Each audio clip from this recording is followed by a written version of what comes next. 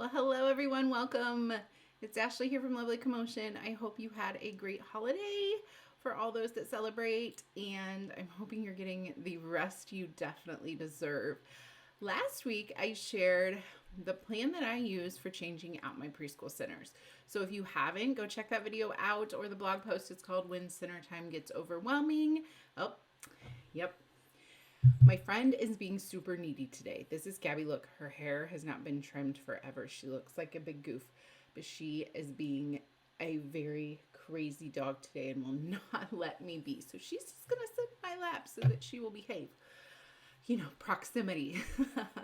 So anyway, there are some great tips in that video on how to lessen the overwhelm of changing out centers.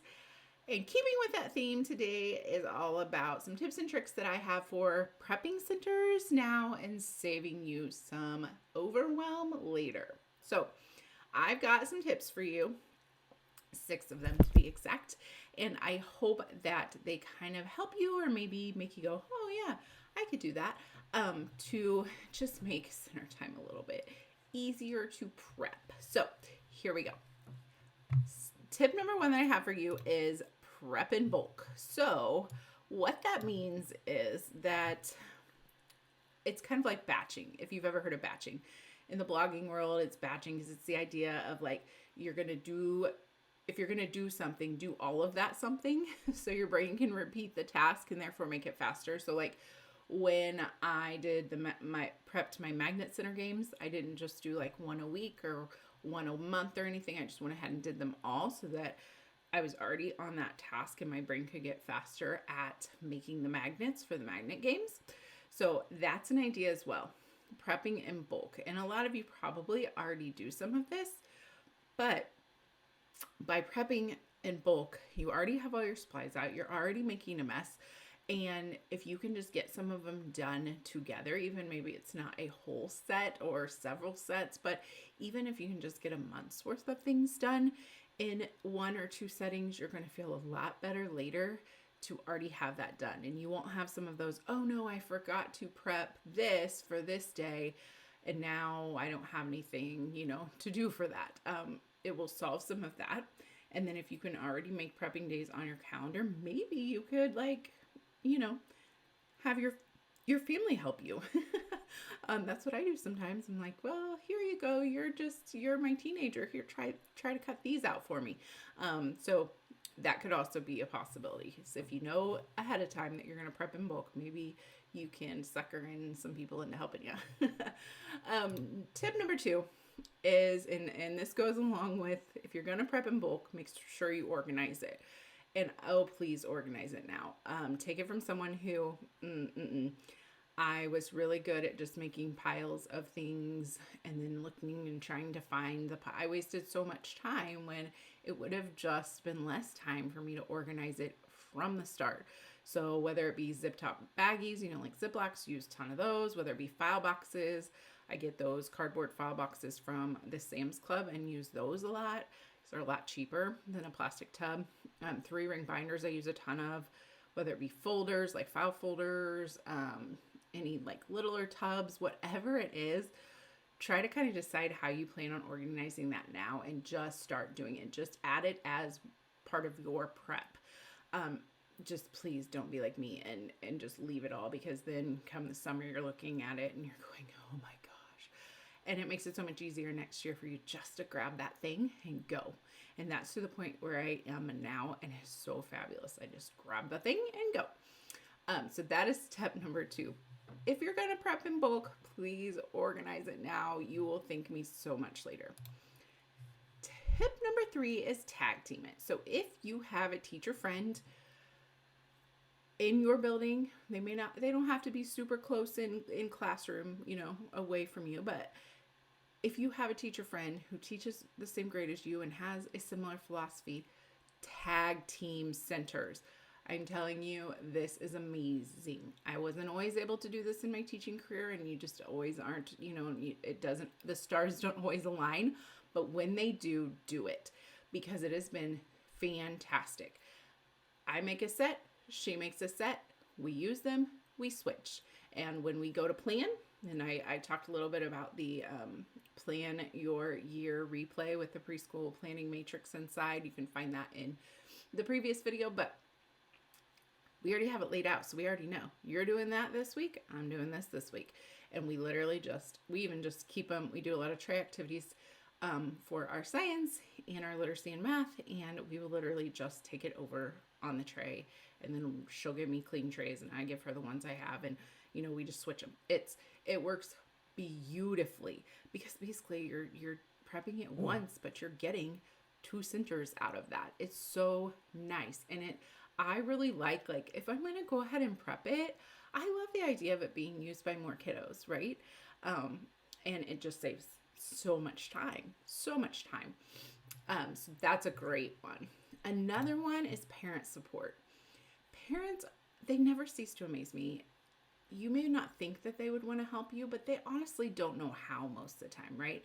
Unless we put it out there, they just don't know what we need from them.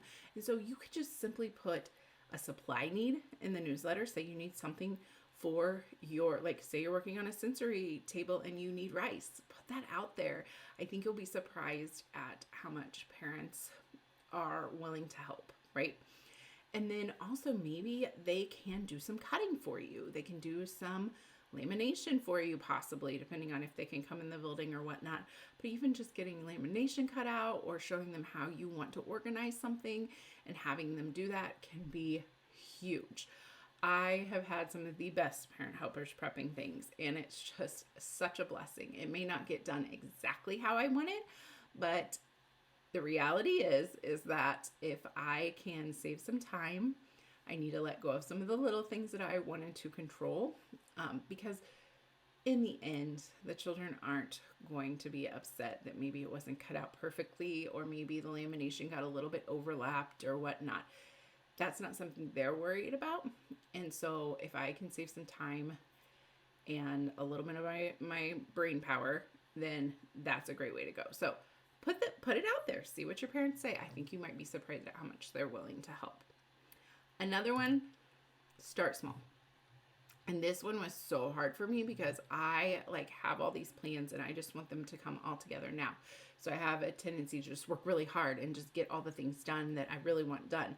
But I've had to stop doing that. When I had children, I had to stop doing that.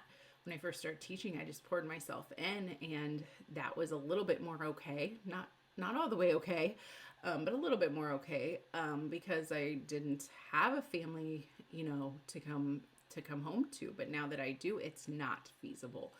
And so you only have a finite amount of time, right? You only have a certain amount of time to prep it. So what you can do is just start small and be okay with it.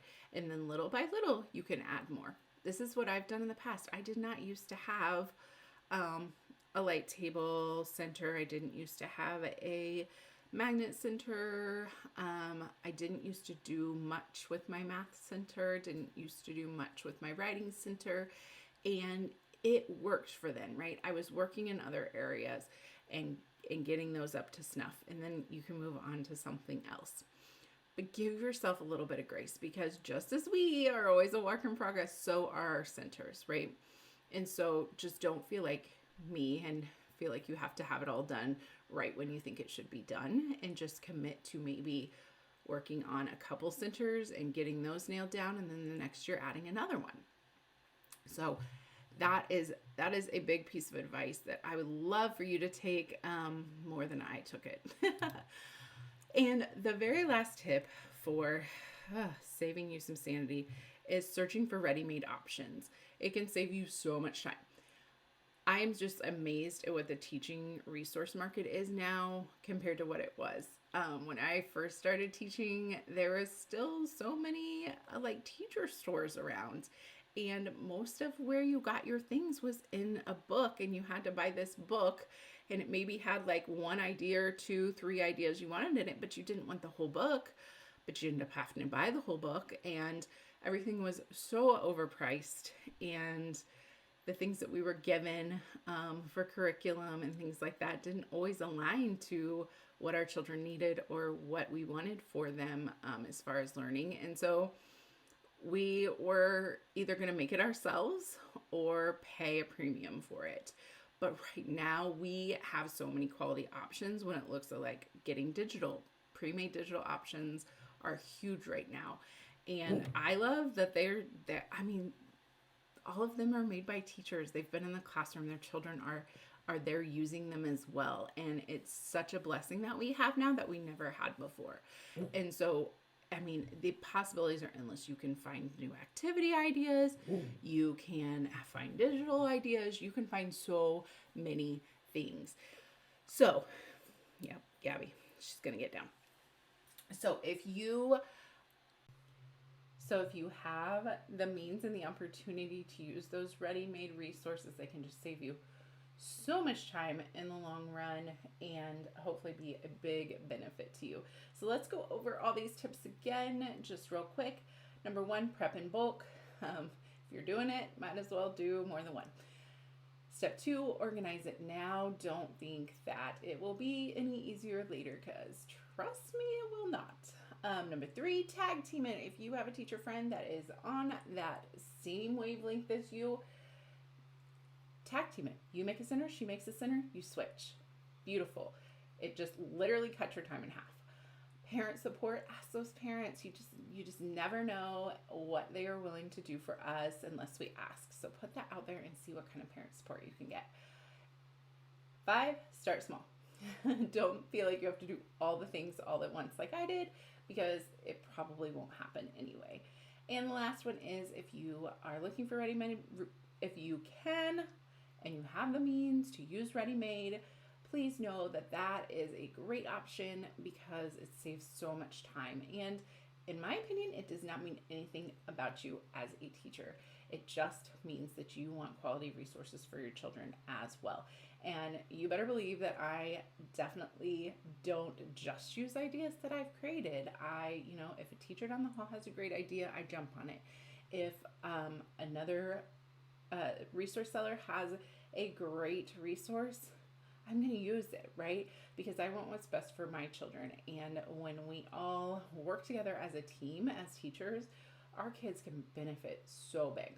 So please drop a comment. Let me know which tip was the most helpful for you, which one resonated with you. For me, it's going to be keeping up my organizing.